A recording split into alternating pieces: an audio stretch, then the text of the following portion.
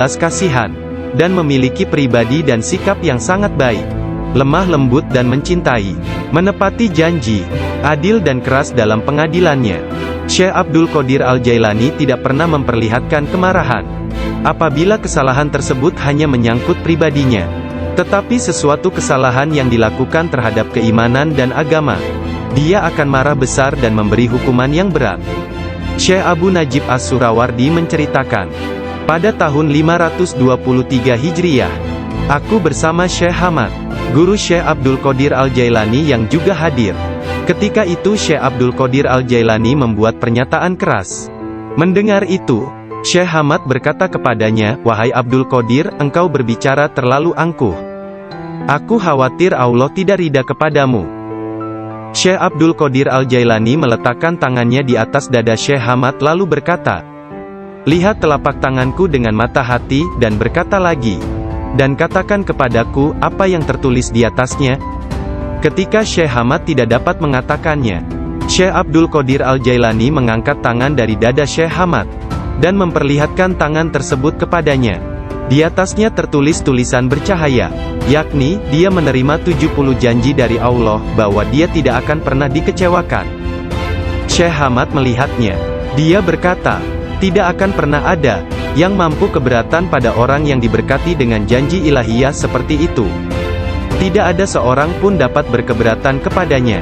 Allah Ta'ala memberkati siapa saja yang dia kehendaki di antara hamba-hambanya. Syekh Abdul Qadir Al-Jailani sering berkata, tidak ada seorang pun di antara muridku akan mati, sebelum mereka taubat penuh penyesalan. Mereka semua akan mati sebagai hamba-hamba Allah yang beriman. Masing-masing di antara pengikutku akan menyelamatkan 7 orang saudaranya yang berdosa dari api neraka. Seandainya jauh di barat sana, kemaluan salah seorang dari pengikutku tersingkap secara tiba-tiba karena kecerobohannya, kami, meskipun berada jauh di timur, akan menutupinya sebelum seseorang dapat melihatnya. Aku telah diberi sebuah kitab, yaitu sebuah kitab yang panjangnya sejauh mata memandang, berisi semua nama orang yang akan mengikutiku hingga akhir zaman. Dengan berkat Allah Ta'ala, kami akan menyelamatkan mereka semua. Semua orang yang mengikatkan diri mereka kepada Syekh Abdul Qadir Al-Jailani senantiasa damai dan bergembira. Seseorang bertanya kepada Syekh Abdul Qadir Al-Jailani, Anda tahu kedudukan para pengikut Anda yang soleh, dan apa yang menanti mereka di akhirat? Akan tetapi, bagaimana tentang mereka yang buruk? Beliau menjawab, orang-orang yang soleh sayang kepadaku dan aku menyayanginya, demi menyelamatkan mereka yang buruk. Seorang wanita muda menjadi pengikut Syekh Abdul Qadir Al-Jailani yang tinggal di Sri Lanka.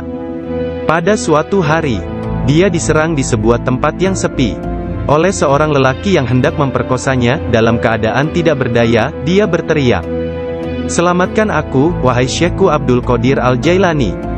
Saat itu, Syekh Abdul Qadir Al-Jailani sedang mengambil wudhu di Baghdad. Orang-orang melihat Syekh tiba-tiba berhenti, kemudian dengan marah, dia mengambil terompahnya, sandal, dan melemparkannya ke atas. Mereka tidak melihat terompah tersebut jatuh. Ternyata, terompah tersebut jatuh di atas kepala orang yang sedang menyerang gadis muda itu di Sri Lanka. Dan pria tersebut pun meninggal dunia. Disebutkan bahwa terompah tersebut tetap berada di sana, disimpan sebagai barang peninggalan. Syekh At-Tustari menceritakan bahwa suatu hari para pengikut Syekh Abdul Qadir Al-Jailani di Baghdad mencari Syekh Abdul Qadir Al-Jailani kemana-mana. Tiba-tiba seseorang berkata kepada mereka bahwa dirinya telah melihat Syekh Abdul Qadir Al-Jailani sedang berjalan menuju ke sungai Tigris. Lalu para muridnya berlarian menuju ke sana hendak menyusulnya. Ketika sampai di sungai tersebut, mereka melihat syekhnya itu sedang berada di tengah sungai, berjalan di atas air menuju ke arah mereka. Semua ikan pada waktu itu menjulurkan kepalanya ke atas permukaan air, dan memberi salam kepada Syekh Abdul Qadir Al-Jailani. Hal itu terjadi pada waktu sholat zuhur. Mereka melihat di atas mereka selembar sejadah yang luas membentang di atas kepala mereka, menutupi seluruh langit.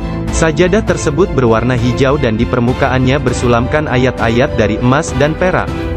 Sejadah tersebut melayang seperti sejadah terbangnya Nabi Sulaiman, dan turun ke bumi. Orang-orang merasa takjub, diam dan dengan tenang mereka berjalan menuju kepadanya. Syekh Abdul Qadir Al-Jailani berpakaian indah, melangkah di atas sejadah tersebut, dan memimpin mereka melakukan sholat di atasnya. Ketika dia mengangkat tangannya dan mengucapkan Allahu Akbar, seluruhnya seolah-olah menggemakan suara yang sama. Ketika dia berdoa, para malaikat dari 7 petala langit dalam paduan suara mengulang doanya. Ketika dia mengucapkan, segala puji syukur hanya bagi Allah semata, sebuah cahaya hijau keluar dari mulutnya, menyelimuti langit. Pada akhir sholat setelah salam, Syekh Abdul Qadir Al-Jailani membuka kedua tangannya dan berkata, Ya Allah ya Tuhanku, demi leluhurku Nabi Muhammad kekasihmu, dan demi orang-orang di antara ciptaanmu yang takut dan mencintaimu, jangan ambil sesuatu dari para pengikutku, sampai mereka dimaafkan dari dosa-dosanya, dan sampai keimanan mereka sempurna.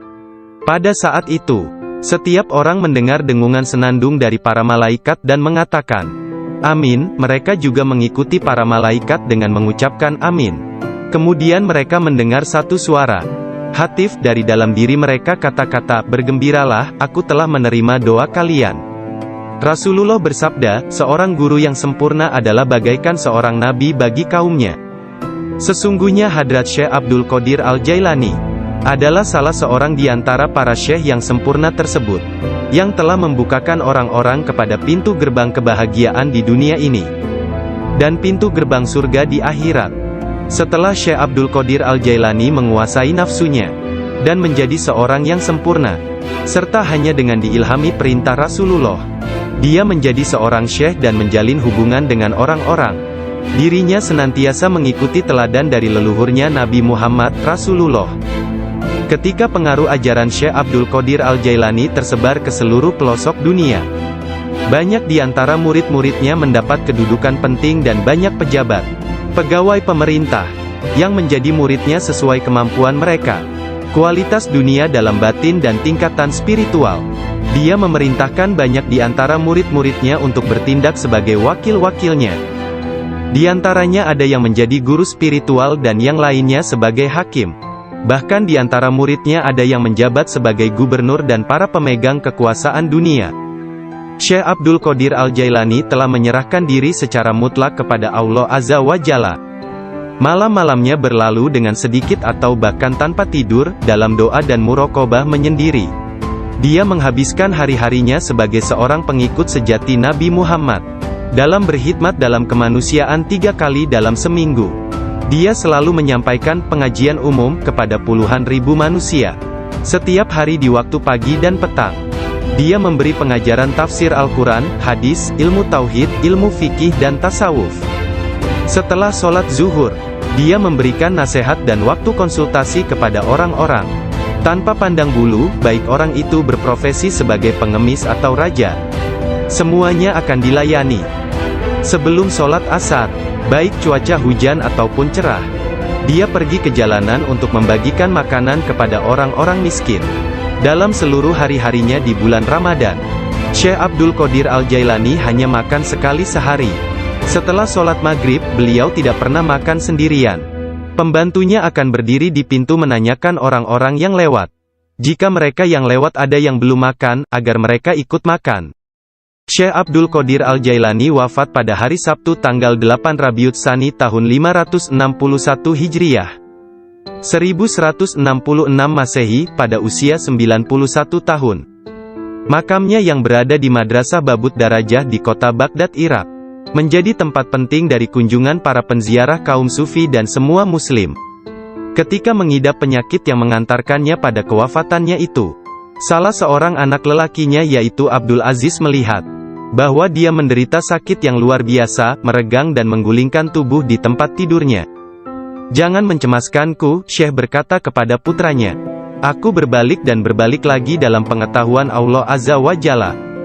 Ketika anak lelakinya yang lain, yakni Abdul Jabbar, bertanya kepadanya tentang rasa sakitnya, dia berkata, semua tubuhku terasa sakit kecuali hatiku. Tidak ada rasa sakit di sini karena hati ini bersama Allah.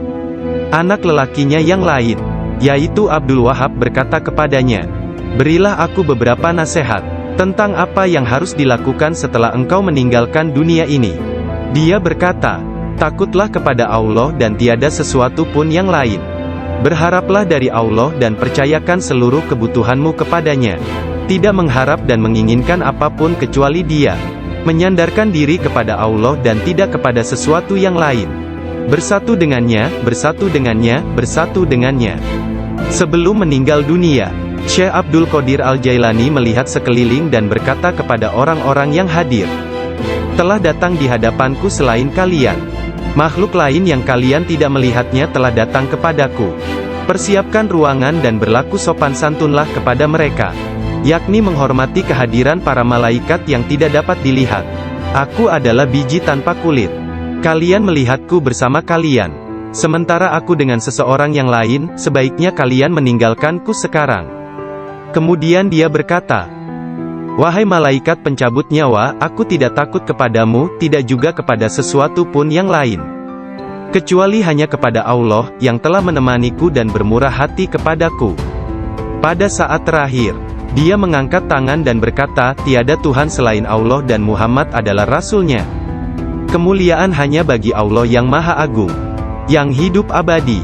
Kemuliaan hanya milik-Nya, yang Maha Kuasa, yang menguasai hamba-hambanya dengan kematian. Kemudian dia mengeluarkan seruan yang keras dan berkata, Allah, Allah, Allah. Dan ruhnya yang mulia serta diberkati meninggalkan jasadnya. Maka wafatlah kekasih Allah menghadap keharibaan.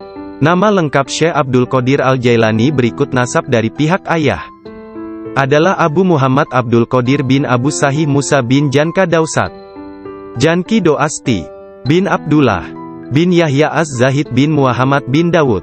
Bin Musa bin Abdullah bin Musa Al-Juni bin Abdullah bin Al-Mahdi. Bin Hasan Al-Musana bin Hasan bin Ali bin Abi Talib dan Fatimah Az-Zahra. Silsilah nasab Syekh Abdul Qadir Al-Jailani bersambung kepada Nabi Muhammad Rasulullah. Dari putri beliau yang bernama Sayyidah Fatimah Az-Zahra, istri Sayyidina Ali bin Abi Talib. Adapun silsilah dari ibunya, adalah Abdul Qadir bin Fatimah binti Abdullah. Bin Abu Jamaluddin bin Tahir bin Abdullah bin Kamaluddin Isa. Bin Muhammad Al-Jawad bin Ali Ar-Rida bin Musa Al-Kazim.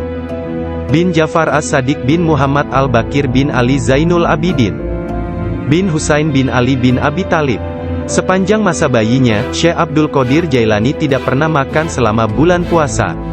Suatu ketika pada awal Ramadan, cuaca mendung dan orang-orang tidak dapat melihat bulan baru. Tidak tahu apakah bulan Ramadan sesungguhnya telah masuk atau belum.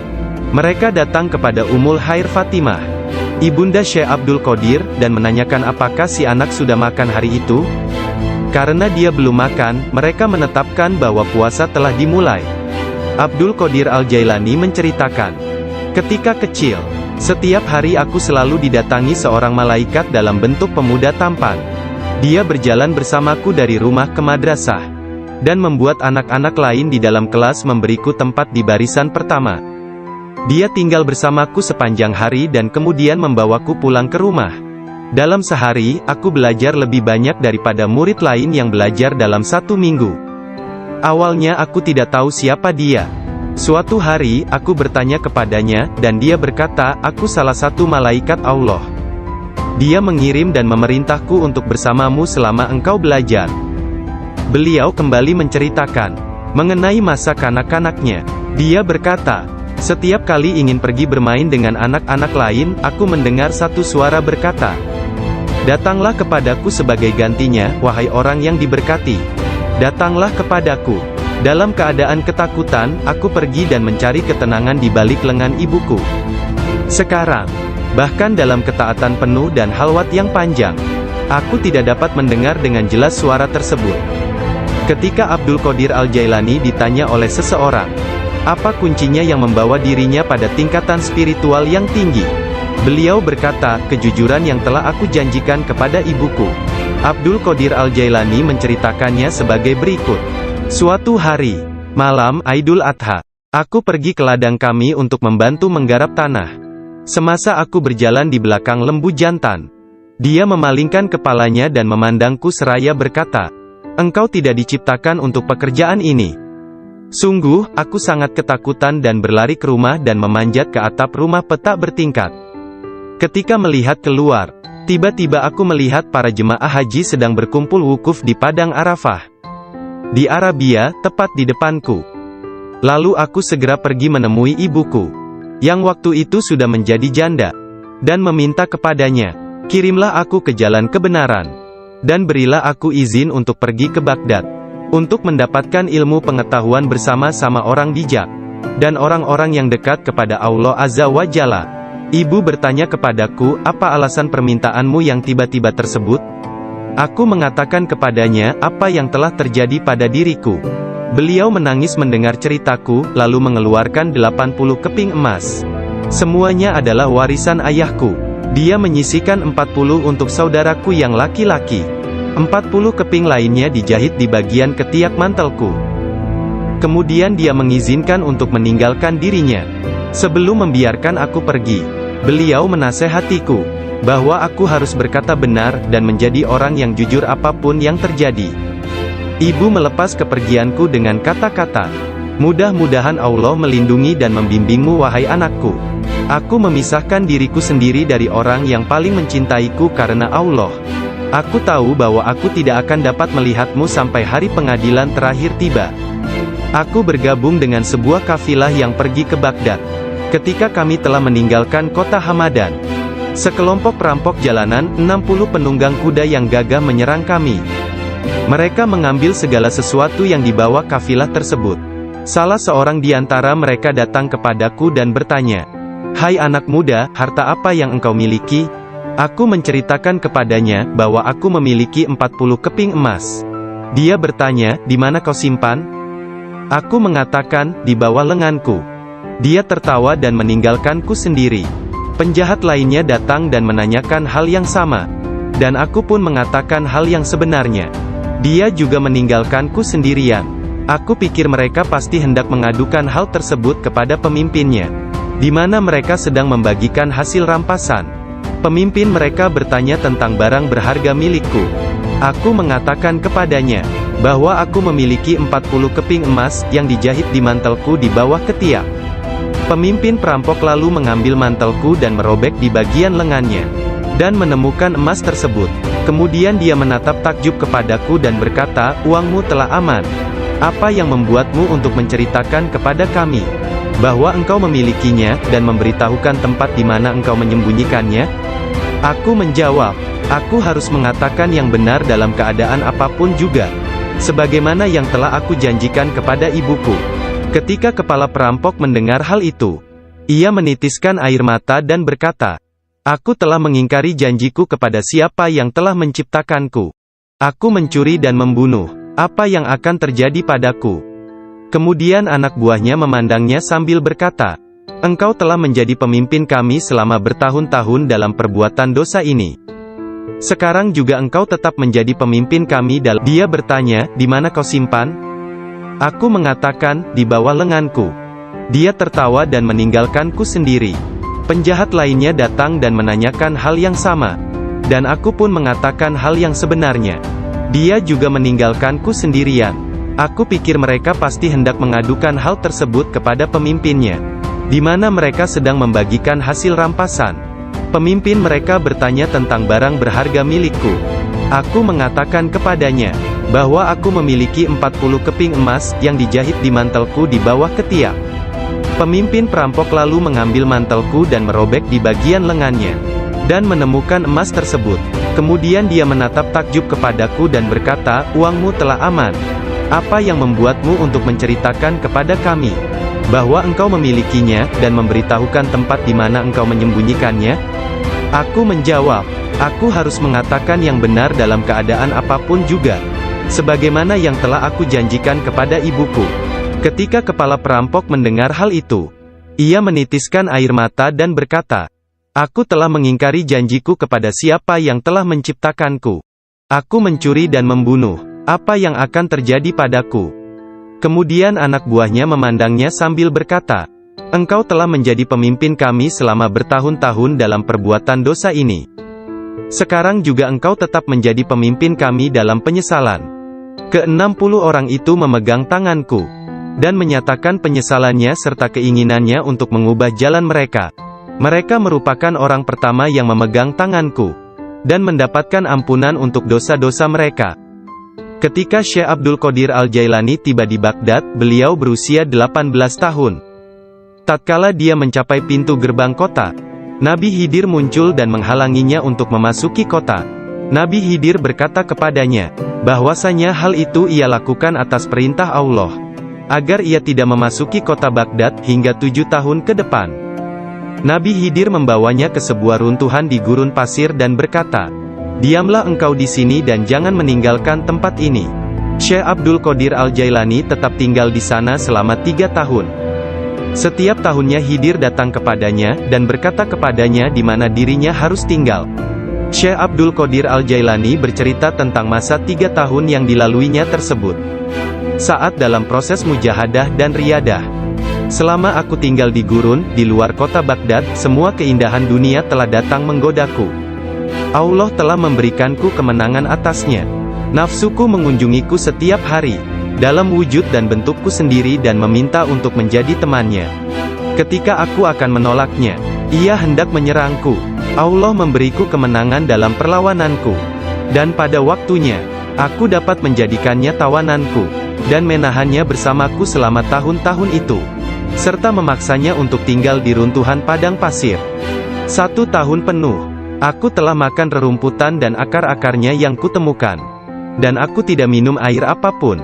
Tahun yang lain aku minum air, tetapi tidak makan apapun. Tahun selanjutnya aku makan, tidak minum ataupun tidur. Sepanjang waktu itu, aku hidup dalam runtuhan dari istana raja-raja kuno Parsi di Kurb. Aku berjalan dengan kaki telanjang, tanpa alas kaki di atas duri padang pasir, dan tidak merasakan apapun. Setiap kali aku melihat sebuah batu atau bukit yang terjal, aku memanjatnya.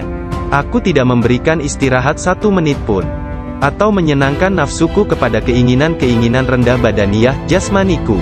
Pada akhir dari masa 7 tahun itu, aku mendengar satu suara pada suatu malam, "Hai Abdul Qadir, engkau sekarang diizinkan memasuki kota Baghdad." Aku tiba di Baghdad dan melewatkan beberapa hari di sana. Tetapi aku tidak dapat berada di sana dalam keadaan yang penuh hasutan, kejahatan, tipu daya, yang telah menjadi kebiasaan kota. Lalu untuk menyelamatkan diriku sendiri dari kejahatan kota, yang telah mengalami kemerosotan akhlak guna menyelamatkan keimananku, aku meninggalkannya. Hanya kitab suci Al-Quran yang kubawa bersamaku. Saat tiba di pintu gerbang, dalam perjalanan untuk berkholwat di padang pasir, aku mendengar satu suara, "Kemana engkau hendak pergi?" Kata suara itu, "Kembalilah, engkau harus melayani orang-orang." "Apa yang dapat kupedulikan tentang orang lain?" sanggahku. "Aku ingin menyelamatkan keimananku." "Kembalilah dan jangan pernah merasa bimbang terhadap keimananmu." Suara itu melanjutkan, "Tidak ada sesuatu pun yang akan membahayakanmu." Aku sungguh tidak dapat melihat orang yang berkata tersebut. Kemudian sesuatu terjadi padaku. Aku terputus dari keadaan lahiriah, lalu tenggelam dalam keadaan tafakur. Sampai hari berikutnya, aku memusatkan pikiran pada sebuah harapan dan berdoa kepada Allah, agar Dia membukakan selubung untukku, sehingga aku tahu apa yang harus aku lakukan. Hari berikutnya, ketika tengah berkeliling di sebuah permukiman bernama Muzaffariyah, seorang lelaki yang sebelumnya tidak pernah kulihat, membuka pintu rumahnya dan mempersilakanku untuk masuk. "Mari Abdul Qadir." Ketika aku sampai di pintunya, dia berkata, "Katakan kepadaku, apa yang engkau harapkan dari Allah? Doa apa yang telah engkau panjatkan kemarin?" Saat itu aku ketakutan, namun diliputi penuh ketakjuban. Aku tidak dapat menemukan kata-kata untuk menjawabnya. Lelaki itu memandang ke wajahku, dan menghempaskan pintu dengan kasar, hingga membuat debu yang berkumpul di sekelilingku terbang menutupi seluruh tubuhku. Aku berjalan pergi sambil mempertanyakan apa yang telah kuminta dari Allah sehari sebelumnya. Kemudian ingatlah aku. Aku segera balik arah untuk kembali, dan mengatakan kepada lelaki tersebut. Tetapi aku tidak dapat menemukannya, baik rumah ataupun dirinya. Aku sangat bimbang, ketika menyadari bahwa dia adalah seorang yang dekat kepada Allah Ta'ala. Sungguh, akhirnya aku mengetahui, beliau adalah Syekh Hamad Ad-Dabas yang telah menjadi guruku. Pada suatu malam yang dingin dan hujan gerimis, satu tangan yang tidak terlihat jelas membawa Syekh Abdul Qadir Al-Jailani ke tempat bermalam para sufi atau zawiyah, milik Syekh Abdul Hamad bin Muslim Ad-Dabas. Syekh yang mengetahui berkat ilham ilahiyah tentang kedatangan Syekh Abdul Qadir Al-Jailani, menutup pintu-pintu tempat menginap sufiyah dan memadamkan lampu. Ketika beliau duduk di ambang pintu yang terkunci, beliau tertidur dan mimpi basah di malam hari. Lalu dia mandi di sungai dan mengambil wudhu. Dia tertidur lagi. Kejadian tersebut berulang sampai 7 kali pada malam itu. Maka beliau kembali mandi dan berwudu menggunakan air yang sedingin es. Pada esok harinya, pintu gerbang telah terbuka, dan Abdul Qadir memasuki tempat penginapan sufi. Syekh Hamad Ad-Dabas berdiri menyambutnya sambil meneteskan air mata gembira. Dia memeluknya dan berkata, "Wahai putraku Abdul Qadir, keberuntungan adalah milik kami hari ini, tetapi esok, hal itu akan menjadi milikmu. Jangan pernah meninggalkan tarekat ini." Syekh Hamad Ad-Dabas menjadi guru pertama Syekh Abdul Qadir Al-Jailani dalam ilmu pengetahuan tentang kesufian. Dengan memegang tangannya dia mengucapkan sumpah atau berbaiat dan mengikuti jalan kaum sufi. Syekh Abdul Qadir Al-Jailani menceritakan, "Aku banyak belajar dengan guru di Baghdad. Tetapi setiap kali aku tidak dapat memahami sesuatu, atau menemukan secara kebetulan suatu rahasia yang ingin aku ketahui, Syekh Hamad Ad-Dabas menerangkannya kepadaku. Kadang-kadang aku meninggalkannya, untuk mencari pengetahuan dari syekh yang lain tentang tauhid, hadis, fikih dan ilmu-ilmu lainnya. Setiap kali aku kembali, beliau berkata kepadaku, 'Dari mana saja engkau?' Kita telah memiliki demikian banyak makanan yang sangat bagus untuk tubuh, pikiran dan jiwa kita, sementara engkau telah pergi, dan kami tidak dapat menahan sesuatu untukmu." Pada waktu lain, beliau berkata, "Demi Allah, kemanakah engkau pergi? Adakah seseorang di sekitar sini, yang mengetahui lebih banyak daripadamu?"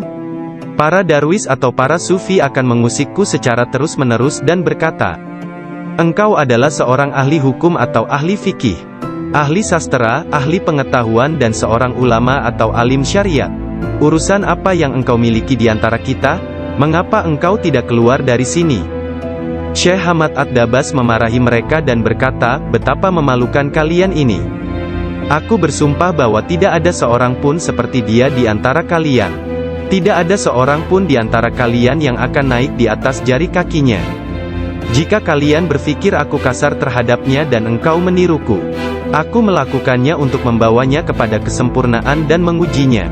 Aku melihat dia dalam dunia spiritual yang keras seperti batu, besar seperti gunung."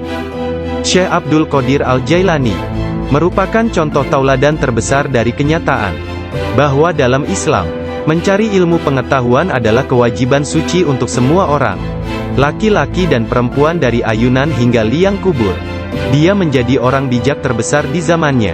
Dia menghafal Al-Quran Al-Karim dan mempelajari penafsirannya dari Ali Abul Wafa Al-Kail, Abu Hatab Mahfuz, dan Abul Hasan Muhammad Al-Qadi. Menurut beberapa sumber, Abdul Qadir Al-Jailani belajar dengan Qadi Abu Said Al-Mubarak bin Muharami, ulama terbesar pada zamannya di Baghdad. Meskipun telah mempelajari ilmu-ilmu pengetahuan tentang jalan mistik dari Syekh Hamad Ad-Dabas, dan memasuki jalan tasawuf melalui tangannya, namun Syekh Abdul Qadir Al-Jailani telah diberi hirkah, jubah kesufian, sebagai simbol dari jubah Rasulullah oleh Qadi Abu Said. Garis silsilah ijazah spiritual dari Qadi Abu Said Al-Mubarak bin Ali Al-Muharami, melalui Syekh Abu Hasan Ali bin Muhammad Al-Qurashi, dari Abul Faraj At-Tursusi dari At-Tamimi, dari Syekh Abu Bakar As-Shibli dari Abul Qasim Al-Junaid, dari Sari As-Sakati dari Ma'ruf Al-Karhi, dari Dawud At-Tayyah dari Habib Al-Jami, dari Hasan Al-Basri dari Imam Ali bin Abi Talib. Imam Ali menerima hirkah, jubah kesufian, dari tangan mulia Nabi Muhammad kekasih Allah, Tuhan semesta alam, dan beliau menerimanya dari malaikat utama Jibril alaihi salam, yang menerimanya dari kebenaran Tuhan, Allah Azza wa Jalla. Seseorang bertanya kepada Syekh Abdul Qadir Al-Jailani, apakah yang dia terima dari Allah Ta'ala? Beliau menjawab, tingkah laku dan pengetahuan yang baik. Qadi Abu Said Al-Muharami berkata, sesungguhnya Abdul Qadir Al-Jailani menerima hirkah dari tanganku, tetapi aku juga menerima hirkah dari tangannya. Qadi Abu Said Al-Muharrami mengajar di sebuah madrasah miliknya sendiri, di Babul Az di Baghdad. Kemudian dia memberikan madrasah tersebut kepada Syekh Abdul Qadir Al-Jailani, yang mulai mengajar di sana. Syekh Abdul Qadir Al-Jailani telah berusia 50 tahun lebih pada waktu itu. Kata-kata dan ucapannya mempesona dan menakjubkan, sehingga menggugah hati orang-orang yang mendengarnya. Para murid dan jemaahnya semakin berkembang pesat dalam jumlah yang banyak, sehingga tidak ada tempat, baik di dalam ataupun di sekitar madrasah tersebut, untuk menampung para pengikutnya. Syekh Abdul Qadir Al-Jailani berkata mengenai permulaan mengajarnya. Pada suatu pagi aku melihat Rasulullah, beliau bertanya kepadaku, "Mengapa engkau tidak berbicara?" Aku berkata, "Aku adalah orang Persia, bagaimana aku dapat berbicara dengan bahasa Arab yang indah dari Baghdad?" "Buka mulutmu," beliau berkata, dan kulakukan perintah beliau. Nabi Muhammad lantas meniup nafasnya ke mulutku 7 kali. Lalu berkata, "Pergilah, tunjukilah umat manusia, dan ajaklah mereka kepada jalan Tuhanmu, dengan bijak dan kata-kata indah." Aku menjalankan sholat zuhur, dan aku melihat orang telah ramai sedang menungguku berbicara.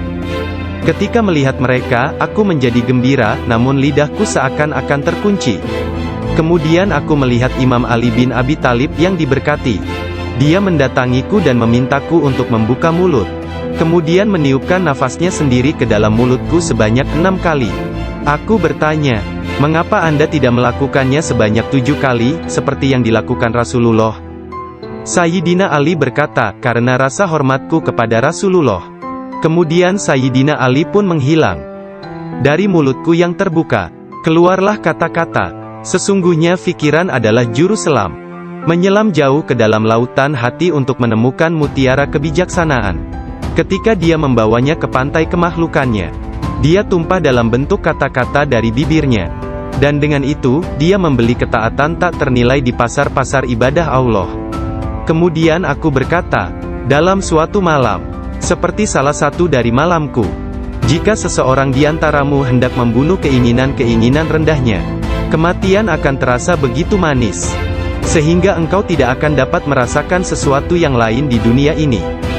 Sejak saat itu, walau bagaimanapun keadaannya, sekalipun bangun atau tidur, aku tetap mempertahankan tugasku mengajar. Banyak sekali pengetahuan tentang keimanan dan agama dalam diriku. Jika tidak berbicara dan menuangkannya keluar, aku akan merasakan bahwa hal itu akan menenggelamkan diriku. Ketika pertama kali mengajar, aku hanya mempunyai 2 atau 3 orang murid saja. Ketika mereka mendengarku, jumlah mereka bertambah menjadi 70.000 orang. Madrasahnya maupun lingkungan di sekitarnya tidak dapat menampung para pengikutnya. Oleh sebab itu, dicarilah tempat yang lebih luas. Orang kaya dan orang miskin di Baghdad turut membantu dalam penambahan bangunan-bangunan yang baru. Mereka yang kaya membantu dengan dana, sedangkan yang miskin membantu dengan tenaga mereka, termasuklah kaum perempuan, yang turut membantu bekerja. Kelak Syekh Abdul Qadir Al-Jailani merupakan seorang imam, ahli dalam masalah-masalah keagamaan, tauhid dan fikih, dan pemimpin dari mazhab Syafi'i dan Hambali dalam Islam. Beliau adalah seorang yang sangat bijaksana dan berpengetahuan luas. Doanya segera dikabulkan, baik ketika berdoa untuk kebaikan dan berdoa untuk hukuman. Dia adalah seorang yang banyak melakukan karomah. Manusia sempurna, yang selalu sadar serta ingat kepada Allah Azza wa Jalla. Muraqabah, berfikir, menerima dan memberi pelajaran. Dia mempunyai hati yang lembut, sifat yang mulia dan wajah yang selalu tersenyum. Dia orang yang peka dan memiliki sikap yang sangat baik, berakhlak dalam tabiat serta dermawan dalam memberi materi dan nasihat serta pengetahuan. Dia mencintai orang-orang, tetapi secara khususnya, terhadap orang-orang yang beriman dan mengabdikan diri, serta beribadah kepada Zat yang Maha Esa, menolong kepada siapa yang beriman. Dia tampan, selalu berpakaian rapi, pembicaraannya tidak berlebihan dan sia-sia. Apabila berbicara, meskipun dia berbicara dengan cepat, tetapi setiap kata dan suku katanya yang keluar, terdengar jelas. Beliau berbicara dengan penuh keindahan, dan dia berbicara kebenaran. Berbicara tentang kebenaran tanpa ragu-ragu. Karena dia tidak peduli, apakah dia akan dipuji, dikritik atau dicaci. Ketika Khalifah Al-Muqtafi mengangkat Yahya bin Said sebagai Qadi, Ketua Hakim, Syekh Abdul Qadir Al-Jailani memberitahukannya di hadapan orang ramai, dengan mengatakan, Anda telah mengangkat seorang tiran, orang yang zalim, yang paling buruk sebagai hakim atas orang-orang yang beriman. Biarlah kita lihat, bagaimana Anda akan menjawab untuk diri Anda sendiri kelak. Ketika Anda dihadapkan kepada Hakim yang Maha Agung, Allah Azza wa Jalla, Tuhan semesta alam. Mendengar hal ini, Khalifah tergoncang dan meneteskan air mata, lalu ia segera memecat sang hakim. Penduduk kota Baghdad mengalami kemajuan dalam hal akhlak dan rohani dan tingkah laku. Melalui pengaruhnya, kebanyakan warga kota bertaubat dan menyatakan penyesalan, mengikuti akhlak yang baik dan perintah-perintah Islam. Syekh Abdul Qadir Al-Jailani dicintai dan dihormati oleh setiap orang, dan pengaruhnya tersebar kemana-mana. Orang-orang berbudi mencintainya, sedangkan para tiran, orang yang zalim, dan orang jahat takut kepadanya. Banyak orang termasuk para raja, menteri dan orang-orang bijak datang kepadanya, untuk menanyakan persoalan-persoalan, dan mencari penyelesaiannya. Bahkan banyak orang Yahudi dan Nasrani, menerima Islam melaluinya. Dalam pengajaran dan pelayanannya kepada umat manusia, dia menggunakan sifat-sifat yang diwarisi oleh Yang Maha Tinggi. Syekh Abdul Qadir Al-Jailani berkata, seorang syekh spiritual bukan seorang guru yang sebenarnya, kecuali kalau dirinya memiliki 12 sifat. Dua di antara sifat-sifat tersebut adalah sifat-sifat Allah yang Maha Tinggi, yaitu menyembunyikan kesalahan manusia dan ciptaan yang lain. Tidak hanya dari orang-orang lain tetapi bahkan dari diri mereka sendiri. Dan memiliki rasa kasih dan kemauan memaafkan untuk dosa yang terburuk sekalipun. Dua sifat diwarisi oleh Nabi Muhammad, yaitu cinta dan lemah lembut. Sayyidina Abu Bakar As-Siddiq yang pertama dari keempat khalifah, seorang syekh sejati, mewarisi kebenaran, kejujuran, dan keikhlasan hati, juga ketaatan dan kedermawanan. Dari Sayyidina Umar bin Khattab, yaitu keadilan dan menekankan kebenaran serta mencegah kesalahan. Dari Sayyidina Utsman bin Affan, yaitu kerendahan hati dan bangun serta berdoa ketika manusia lainnya dalam keadaan tertidur. Dan dari Sayyidina Ali bin Abi Thalib, yaitu pengetahuan dan keteguhan hati serta keberanian. Syekh Abdul Qadir Al-Jailani sangat sayang kepada puluhan ribu pengikutnya, sebagaimana seorang ayah sayang kepada anaknya. Dia mengetahui nama dan memperhatikan masalah-masalah duniawi, juga keadaan spiritual mereka. Dia membantu dan menyelamatkan mereka dari bencana kemalangan, bahkan jika mereka berada di tempat jauh sekalipun. Dia adalah seorang ayah bersama anak-anaknya, dan memperlakukan mereka dengan penuh kelembutan dan keharuan. Kepada orang yang lebih tua darinya, dia seolah-olah menjadi lebih tua daripada mereka, dan memperlakukan mereka dengan hormat. Dia menjalin persahabatan dengan kalangan orang miskin dan lemah, serta tidak pernah mencari teman di antara orang-orang terkenal dan berkuasa. Orang-orang seperti itu memperlakukannya seolah-olah raja dari segala raja. Salah seorang dari anak lelaki pembantunya menceritakan, bahwa ayahnya, Muhammad bin Al-Haidir melayani Syekh Abdul Qadir Al-Jailani selama 13 tahun. Dirinya tidak pernah melihat seekor lalat hinggap pada dirinya, dan tidak pula dia pernah melihat membuang ingus di halayak ramai. Meskipun Tuan Syekh memperlakukan kaum lemah dan miskin dengan rasa hormat yang besar, pembantunya tidak pernah melihatnya berdiri ketika para sultan datang mengunjunginya, dan tidak pula dia mengunjungi mereka, atau dia tidak memakan makanan mereka kecuali sekali. Ketika seorang raja, setiap hari aku selalu didatangi seorang malaikat dalam bentuk pemuda tampan. Dia berjalan bersamaku dari rumah ke madrasah, dan membuat anak-anak lain di dalam kelas memberiku tempat di barisan pertama.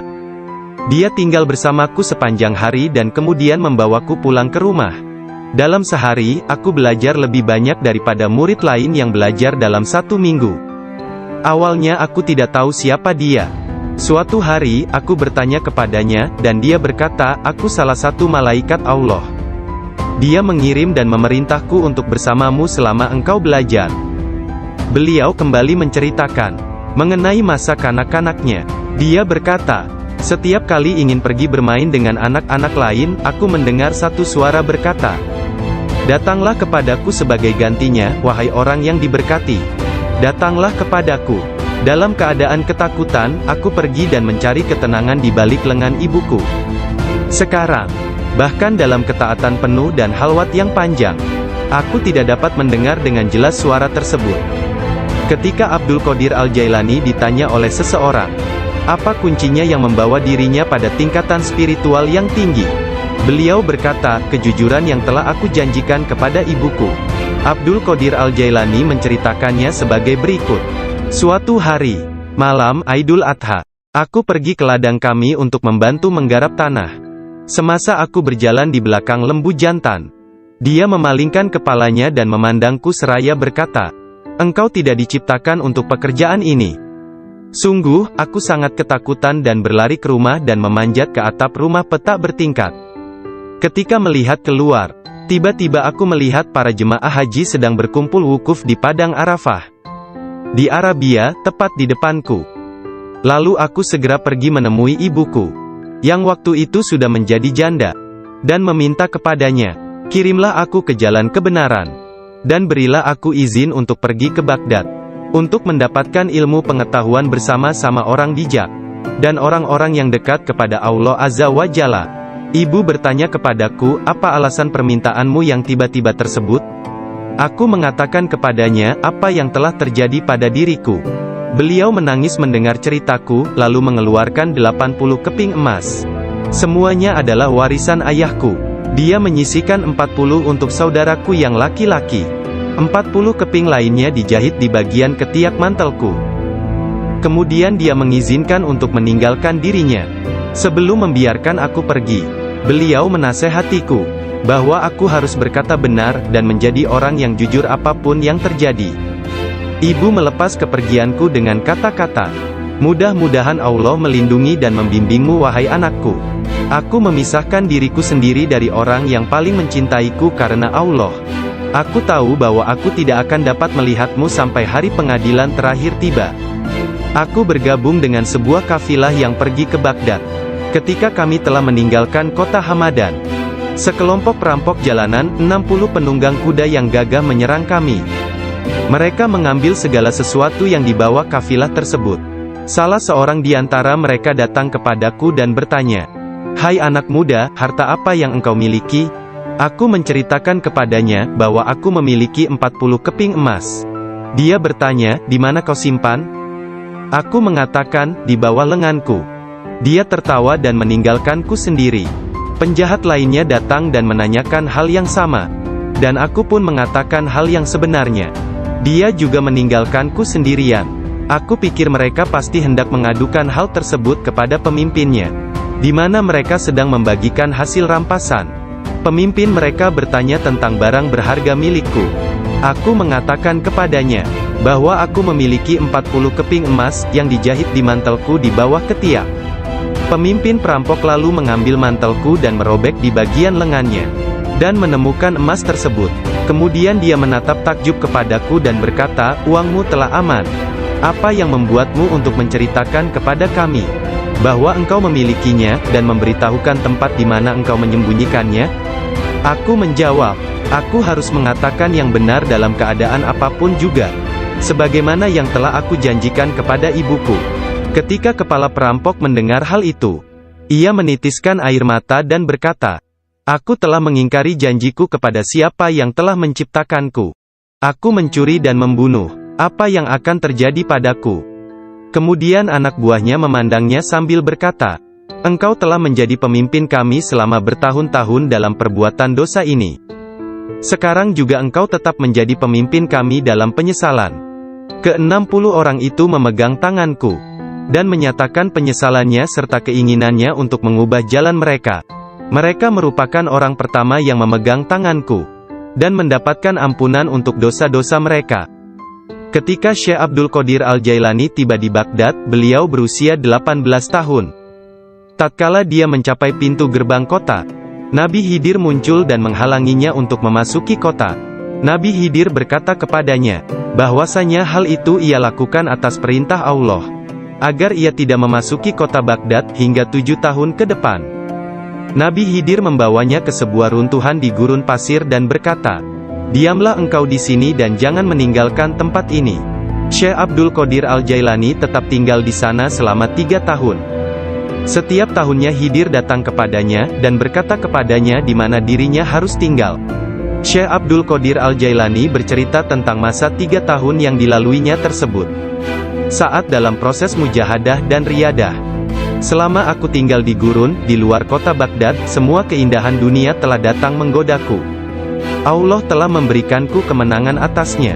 Nafsuku mengunjungiku setiap hari, dalam wujud dan bentukku sendiri dan meminta untuk menjadi temannya. Ketika aku akan menolaknya, ia hendak menyerangku. Allah memberiku kemenangan dalam perlawananku. Dan pada waktunya, aku dapat menjadikannya tawananku, dan menahannya bersamaku selama tahun-tahun itu, serta memaksanya untuk tinggal di runtuhan padang pasir. 1 tahun penuh, aku telah makan rerumputan dan akar-akarnya yang kutemukan. Dan aku tidak minum air apapun. Tahun yang lain aku minum air, tetapi tidak makan apapun. Tahun selanjutnya aku makan, tidak minum ataupun tidur. Sepanjang waktu itu, aku hidup dalam runtuhan dari istana raja-raja kuno Parsi di Kurd. Aku berjalan dengan kaki telanjang, tanpa alas kaki di atas duri padang pasir, dan tidak merasakan apapun.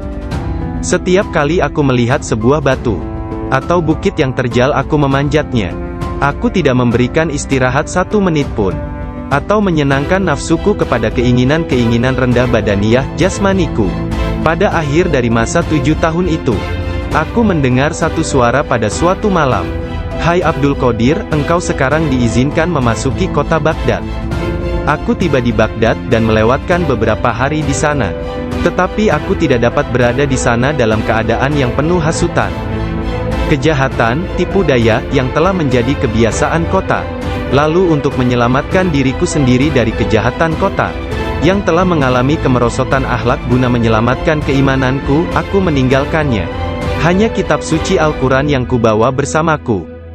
Saat tiba di pintu gerbang, dalam perjalanan untuk berkholwat di padang pasir, aku mendengar satu suara, "Kemana engkau hendak pergi?" Kata suara itu, "Kembalilah, engkau harus melayani orang-orang." "Apa yang dapat kupedulikan tentang orang lain?" sanggahku. "Aku ingin menyelamatkan keimananku. Kembalilah dan jangan pernah merasa bimbang terhadap keimananmu." Suara itu melanjutkan, "Tidak ada sesuatu pun yang akan membahayakanmu." Aku sungguh tidak dapat melihat orang yang berkata tersebut. Kemudian sesuatu terjadi padaku. Aku terputus dari keadaan lahiriah, lalu tenggelam dalam keadaan tafakur. Sampai hari berikutnya, aku memusatkan pikiran pada sebuah harapan dan berdoa kepada Allah, agar Dia membukakan selubung untukku, sehingga aku tahu apa yang harus aku lakukan. Hari berikutnya, ketika tengah berkeliling di sebuah permukiman bernama Muzaffariyah, seorang lelaki yang sebelumnya tidak pernah kulihat, membuka pintu rumahnya dan mempersilakanku untuk masuk. "Mari Abdul Qadir." Ketika aku sampai di pintunya, dia berkata, "Katakan kepadaku, apa yang engkau harapkan dari Allah? Doa apa yang telah engkau panjatkan kemarin?" Saat itu aku ketakutan, namun diliputi penuh ketakjuban. Aku tidak dapat menemukan kata-kata untuk menjawabnya. Lelaki itu memandang ke wajahku, dan menghempaskan pintu dengan kasar, hingga membuat debu yang berkumpul di sekelilingku terbang menutupi seluruh tubuhku. Aku berjalan pergi sambil mempertanyakan apa yang telah kuminta dari Allah sehari sebelumnya. Kemudian ingatlah aku segera balik arah untuk kembali, dan mengatakan kepada lelaki tersebut. Tetapi aku tidak dapat menemukannya, baik rumah ataupun dirinya. Aku sangat bimbang, ketika menyadari bahwa dia adalah seorang yang dekat kepada Allah Ta'ala. Sungguh, akhirnya aku mengetahui, beliau adalah Syekh Hamad Ad-Dabas yang telah menjadi guruku. Pada suatu malam yang dingin dan hujan gerimis, satu tangan yang tidak terlihat jelas membawa Syekh Abdul Qadir Al-Jailani ke tempat bermalam para sufi atau zawiyah, milik Syekh Abdul Hamad bin Muslim Ad-Dabas. Syekh yang mengetahui berkat ilham ilahiyah tentang kedatangan Syekh Abdul Qadir Al-Jailani, menutup pintu-pintu tempat menginap sufiyah dan memadamkan lampu. Ketika beliau duduk di ambang pintu yang terkunci, beliau tertidur dan mimpi basah di malam hari. Lalu dia mandi di sungai dan mengambil wudhu. Dia tertidur lagi. Kejadian tersebut berulang sampai 7 kali pada malam itu. Maka beliau kembali mandi dan berwudu menggunakan air yang sedingin es. Pada esok harinya, pintu gerbang telah terbuka, dan Abdul Qadir memasuki tempat penginapan Sufi. Syekh Hamad At-Dabas berdiri menyambutnya sambil meneteskan air mata gembira. Dia memeluknya dan berkata, "Wahai putraku Abdul Qadir, keberuntungan adalah milik kami hari ini, tetapi esok, hal itu akan menjadi milikmu. Jangan pernah meninggalkan tarekat ini." Syekh Hamad At-Dabas menjadi guru pertama Syekh Abdul Qadir Al-Jailani dalam ilmu pengetahuan tentang kesufian. Dengan memegang tangannya dia mengucapkan sumpah atau berbaiat dan mengikuti jalan kaum Sufi. Syekh Abdul Qadir Al-Jailani menceritakan, "Aku banyak belajar dengan guru di Baghdad. Tetapi setiap kali aku tidak dapat memahami sesuatu, atau menemukan secara kebetulan suatu rahasia yang ingin aku ketahui, Syekh Hamad At-Dabas menerangkannya kepadaku. Kadang-kadang aku meninggalkannya, untuk mencari pengetahuan dari syekh yang lain tentang tauhid, hadis, fikih dan ilmu-ilmu lainnya. Setiap kali aku kembali, beliau berkata kepadaku, 'Dari mana saja engkau?' Kita telah memiliki demikian banyak makanan yang sangat bagus untuk tubuh, pikiran dan jiwa kita, sementara engkau telah pergi, dan kami tidak dapat menahan sesuatu untukmu." Pada waktu lain, beliau berkata, "Demi Allah, kemanakah engkau pergi?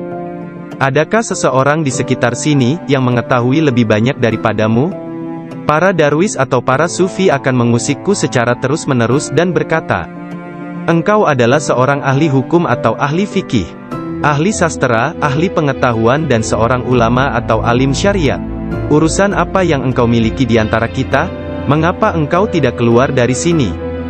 Syekh Hamad At-Dabas memarahi mereka dan berkata, "Betapa memalukan kalian ini.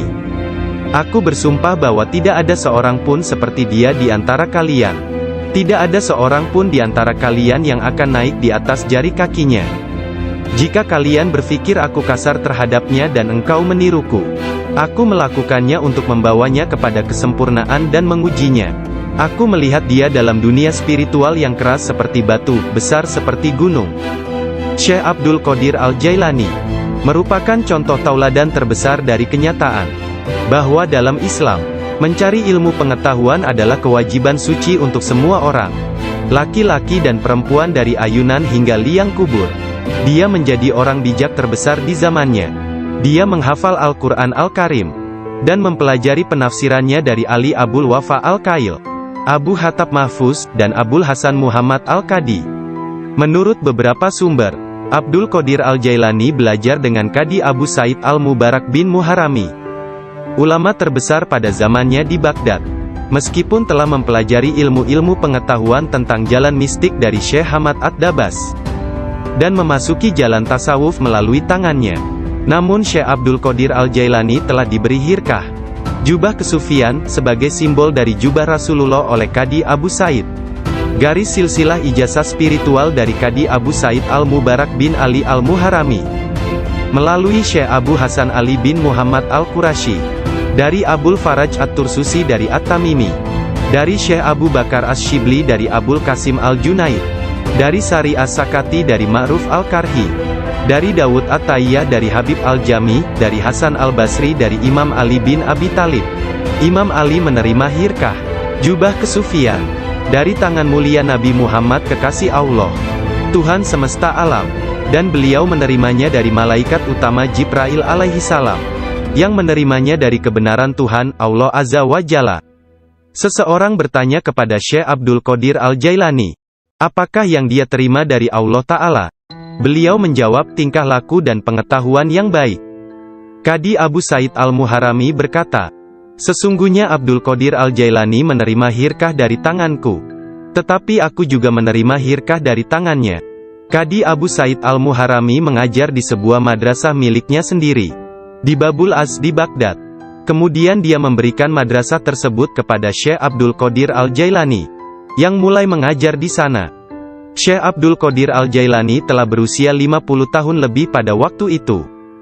Kata-kata dan ucapannya mempesona dan menakjubkan, sehingga menggugah hati orang-orang yang mendengarnya. Para murid dan jemaahnya semakin berkembang pesat dalam jumlah yang banyak, sehingga tidak ada tempat, baik di dalam ataupun di sekitar madrasah tersebut, untuk menampung para pengikutnya. Syekh Abdul Qadir Al-Jailani berkata mengenai permulaan mengajarnya. Pada suatu pagi aku melihat Rasulullah, beliau bertanya kepadaku, "Mengapa engkau tidak berbicara?" Aku berkata, "Aku adalah orang Persia, bagaimana aku dapat berbicara dengan bahasa Arab yang indah dari Baghdad?" "Buka mulutmu," beliau berkata, dan kulakukan perintah beliau. Nabi Muhammad lantas meniup nafasnya ke mulutku 7 kali. Lalu berkata, "Pergilah, tunjukilah umat manusia, dan ajaklah mereka kepada jalan Tuhanmu, dengan bijak dan kata-kata indah." Aku menjalankan sholat zuhur, dan aku melihat orang telah ramai sedang menungguku berbicara. Ketika melihat mereka, aku menjadi gembira, namun lidahku seakan-akan terkunci. Kemudian aku melihat Imam Ali bin Abi Thalib yang diberkati. Dia mendatangiku dan memintaku untuk membuka mulut. Kemudian meniupkan nafasnya sendiri ke dalam mulutku sebanyak 6 kali. Aku bertanya, "Mengapa Anda tidak melakukannya sebanyak 7 kali, seperti yang dilakukan Rasulullah?" Sayyidina Ali berkata, "Karena rasa hormatku kepada Rasulullah." Kemudian Sayyidina Ali pun menghilang. Dari mulutku yang terbuka, keluarlah kata-kata, "Sesungguhnya fikiran adalah juru selam. Menyelam jauh ke dalam lautan hati untuk menemukan mutiara kebijaksanaan. Ketika dia membawanya ke pantai kemakhlukannya, dia tumpah dalam bentuk kata-kata dari bibirnya. Dan dengan itu, dia membeli ketaatan tak ternilai di pasar-pasar ibadah Allah."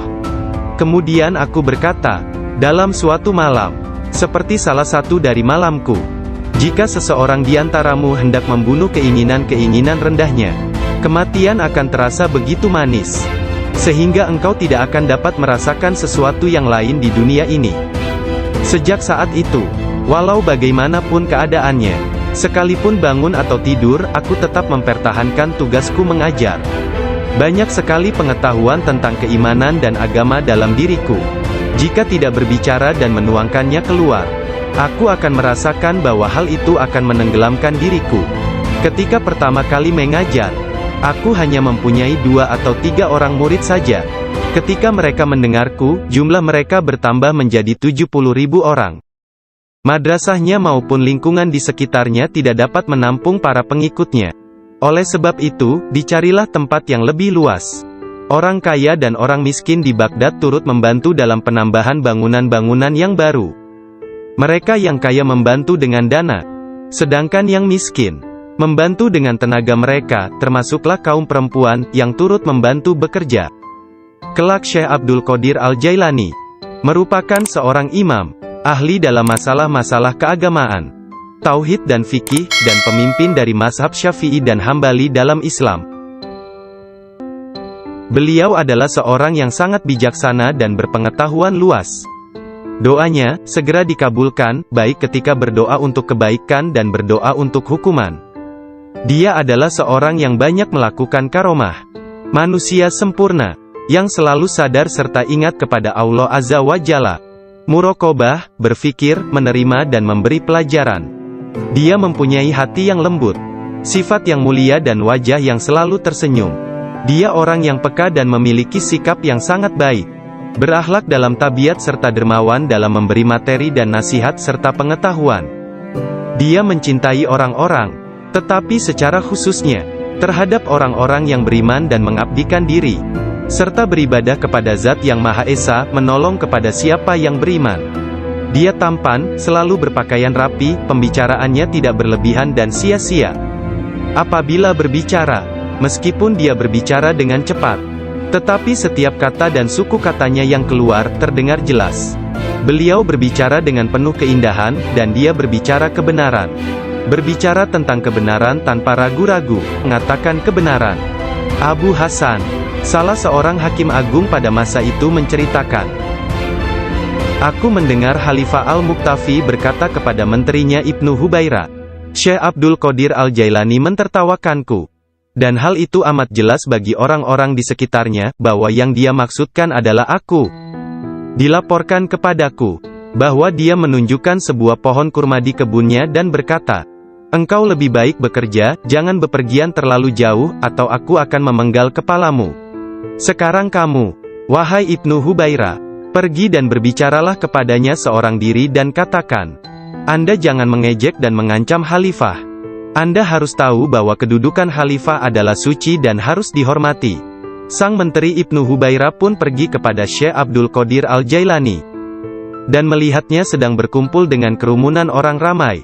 Dalam pembicaraannya pada satu pokok, tiba-tiba Syekh Abdul Qadir menyatakan, sesungguhnya aku akan memenggal kepalanya juga. Sang Menteri merasa bahwa yang Syekh maksudkan adalah dia.